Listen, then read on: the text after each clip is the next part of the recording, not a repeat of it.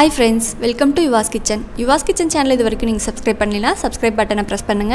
கூடவே இருக்கிற bell ஐகானையும் மறக்காம press பண்ணுங்க. முளைக்கட்டின பச்சைப்பயிரை வச்சு இன்ஸ்டன்ட்டா ஹெல்தியான தோசை செய்யறது எப்படின்னு பார்க்கலாம். நான் இங்க 1 கப் முளைக்கட்டின பச்சைப்பயிறு எடுத்துர்க்கேன். பச்சைப்பயிறு முளைக்கட்றதுக்கு 24 மணி நேரமாவது ஆகும். இது எப்படி முளைக்கட்ட வைக்கிறதுன்னு காமிக்கிறேன். 1 cup பச்சைப்பயிரை the day before morning தண்ணில ஊற வைக்கிறேன். இது 8 ல இருந்து 12 மணி நேரத்துக்கு நல்லா தண்ணியிலே ஊறணும். 8 ல இருந்து 12 மணி நேரத்துக்கு அப்புறமா பச்சைப்பயிறு தண்ணில நல்லா ஊறி இருந்திருக்கும். இப்போ இந்த ஊர்ன பச்சைப்பயிரை once or twice நல்லா வாஷ் பண்ணி எடுத்துட்டு தண்ணியெல்லாம் சுத்தமா ட்ரெயின் பண்ணி ஒரு மூடி போட்டு மூடி வச்சிருங்க. ஓவர் நைட் அப்படியே விட்டு நெக்ஸ்ட் டே மார்னிங் அதை ஓபன் பண்ணி பார்த்தா ஓரளவுக்கு நல்லா முளைக்கட்டி வந்திருக்கும்.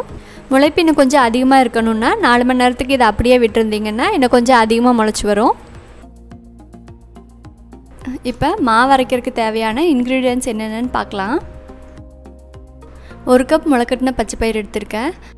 அடுத்து ஃப்ளேவருக்காக கொத்தமல்லி இலை எடுத்துருக்கேன்.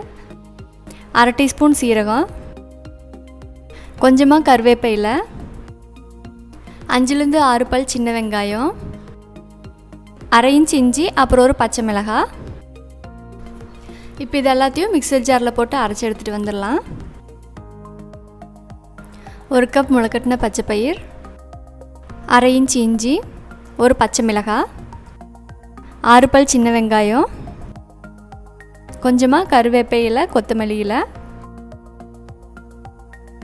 சீரகம் 1/2 டீஸ்பூன்.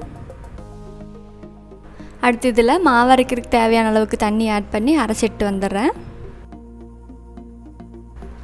அரைச்சிட்டு வந்தாச்சு. இப்போ இது ஒரு பவுலில் ட்ரான்ஸ்ஃபர் பண்ணுறேன்.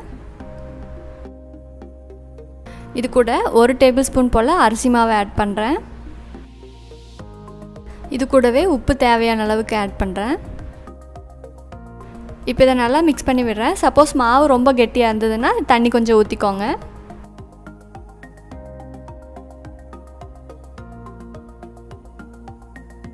இந்த மாதிரி தோசை மாவு பதத்துக்கு கரைச்சி எடுத்துக்கோங்க. இந்த மாவு புளிக்கணும்னு அவசியம் இல்லை. அரைச்சி எடுத்துகிட்டு வந்ததுமே தோசை ஊற்ற ஆரம்பிக்கலாம். தோசையும் நல்லா எந்திரிக்கும். இப்போ இந்த மாவில் தோசை ஊற்றி காமிக்கிறேன்.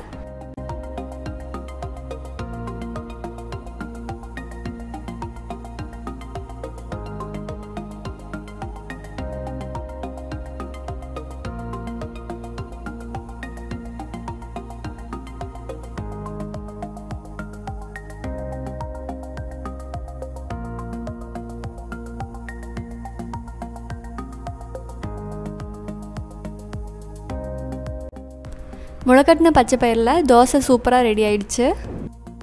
இந்த தோசைக்கு காம்பினேஷனாக வெங்காய சட்னியும் தேங்காய் சட்னியும் வச்சுருக்கேன். இந்த 2 சட்னியோட காம்பினேஷனும் தோசைக்கு சூப்பராக இருக்கும். ஹெல்த்தியான முளைக்கட்டின பச்சைப்பயிரில் நீங்களும் தோசை செஞ்சு பாருங்கள். செஞ்சு பார்த்து ரெசிபி எப்படி இருந்ததுன்னு கமெண்ட் செக்ஷனில் கமெண்ட் பண்ணுங்கள். இதை மற்றவங்களோடையும் ஷேர் பண்ணிக்கோங்க. Please like, comment and subscribe Yuva's Kitchen. Thank you.